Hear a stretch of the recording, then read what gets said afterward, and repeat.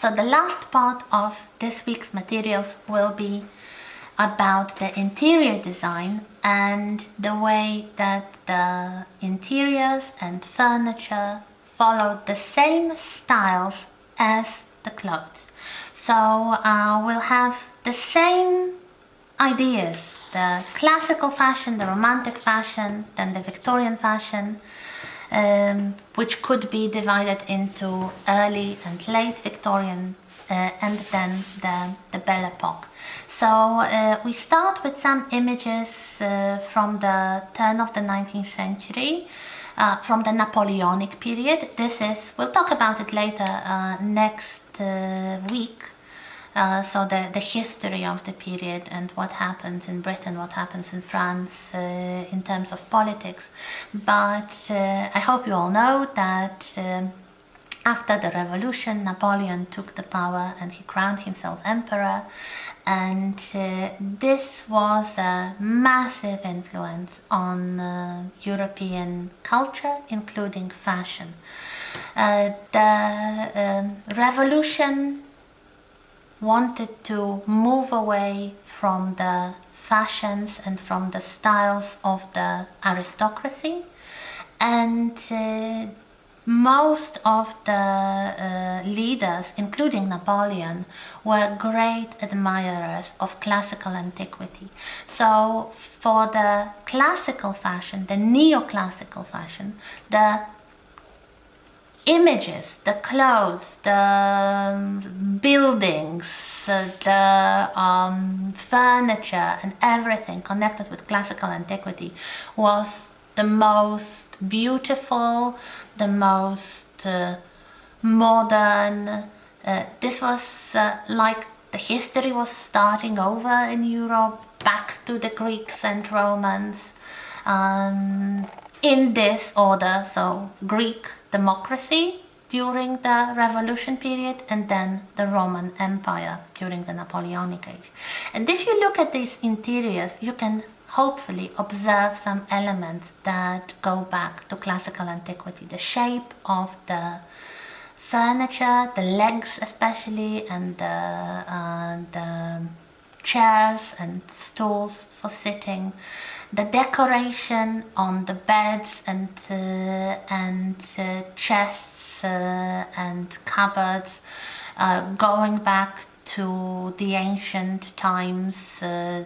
So this is something that encompasses everything in culture, not just the clothes. The clothes would be appropriate to the interiors, and the interiors would be appropriate to the exteriors. You would have the neoclassical style in building as well, and the buildings would be appropriate to everything, starting with the new political regime. So here we have two images of interiors, one actually belonging to Napoleon in Malmaison. We also have some elements of furniture and a beautiful vase from the studio of Josiah Wedgwood. So in England, it wasn't a French thing, neoclassicism. In fact, in England, everybody wanted to be inspired by the Greeks and the Romans, and the Prince Regent, later George IV, was the greatest admirer of Napoleon, even though he was his political enemy. So if we look at this beautiful vase, it also shows the scenes from mythology, people dressed in togas, and generally it's everything back to the Greeks and Romans.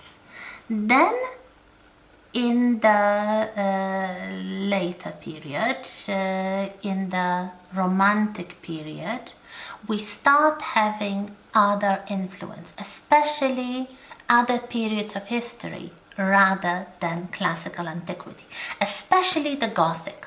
And for people then, it didn't only mean the Middle Ages. It meant anything after the Romans.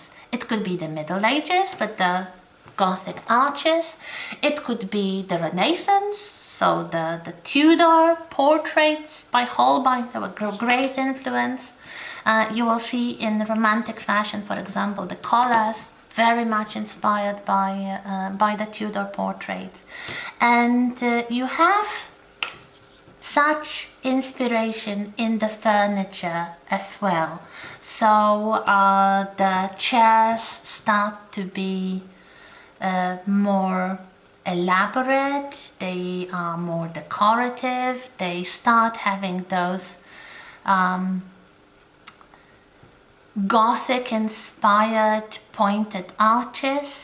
They start using elements such as carved wood or sometimes even stained glass decorations, something taken out of context, because in the real Gothic style these things were used mostly at church, but here they are used as decorations.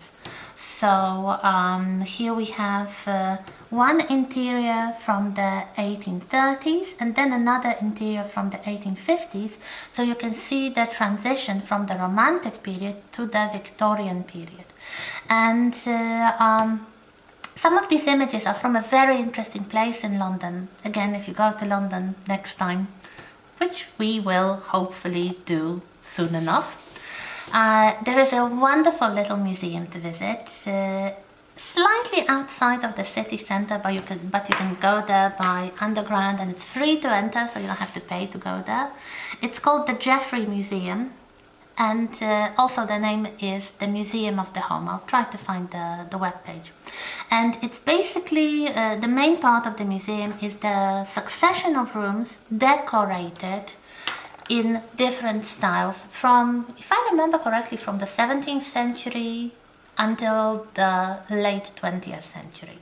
So like every generation would have a new room, a new interior. So here we have the interior from the 1830s. You can see a lot of blue upholstery and little dainty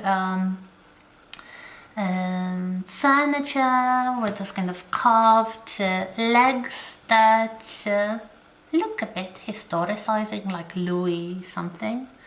You can see the striped wallpaper, which is a very fashionable thing in the Romantic style. But if you compare it with the style of the 1850s, the 50s, so the Romantic style, is more cluttered. There is more things, more objects. There is a lot of decoration on the mantelpiece over the fireplace. There is a little round table in the middle, a very typical thing for Victorian interiors. So this is like the parlor, the place where the family would sit in the evenings. They didn't have the television, they didn't have the radio, they didn't even have electricity. So they had to do something during those long evenings.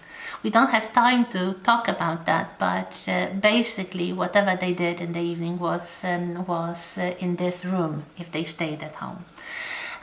What was the focus of Victorian culture was the family life of the middle class. So the coziness, the warmth, and this kind of family emotions expressed through charming, sometimes slightly silly decorations, like those Staffordshire ceramic doggies that were extremely popular around the middle of the 19th century.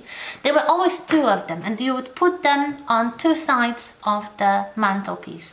They always come in pairs, and generally symmetry is very important for that style, and you can also see it in fashion. Or some strange, curious objects like this little thing on the next picture, and we can have a little quiz like what this is, and I will not tell you. I'll probably tell you next week, or you can leave the answer on the forum. I'll try to set up a forum. So, what is this? The next thing after the Staffordshire dogs. It's made of stone, carved marble. It's like this size, let's say, and there is the hole in the middle. So that's it. Then we have some designs for furniture, for this kind of Gothic inspired furniture, from a very popular fashion magazine or magazine about stylish living called Ackerman's Repository. And here we have a Gothic sofa or a Gothic side table.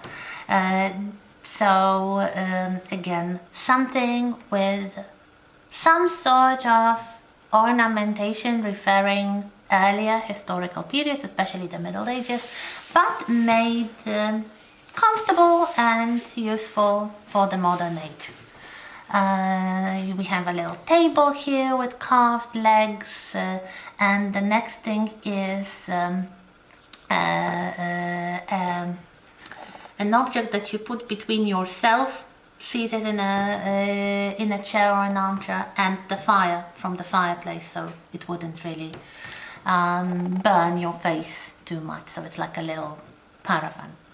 Then the next image, also from Jeffrey Museum, shows the interior from the 1870s, so the late Victorian period, and it really gets very elaborate and very showy. And here we have this beautiful desk that opens to hide little drawers and little boxes and little places to put your treasures. Then the late Victorian period is more about the show. The society was getting richer, so if you had the money, you flaunted it. You would get a bustle dress, you would have bigger chairs or chairs with the armrest, like this one here from 1872. This would be a chair to use wearing a bustle dress. Then, at the same time, or kind of slowly overtaking it towards the end of this style, is the arts and crafts movement, with their emphasis on simplicity, with their inspiration from folk culture. So the chairs, for example, get simpler. The inspiration from exotic locations like Japan, or generally the Far East, but mostly Japan, for the minimalism and kind of nice lines, geometric lines. So we have two more images showing the interiors, one both from the Jeffrey Museum, one from the 1890s and one from the 1910s. So you can see the decluttering of the Victorian interior, more emphasis on simplicity and natural materials, not pretending to have something I don't know, made from another material, something more expensive, and this corresponds to a more modern approach of the Belle Epoque, which stresses simplicity and nature. We have a lot of inspiration taken from the plant kingdom in the dresses, but for example, if you look at this bamboo cabinet, clearly inspired by the Far East, it also uses unashamedly natural materials and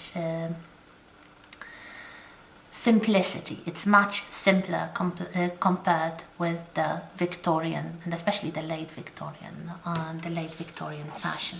So I hope you can browse through this, and next week we'll continue the general stuff before we move on to a detailed discussion of individual styles.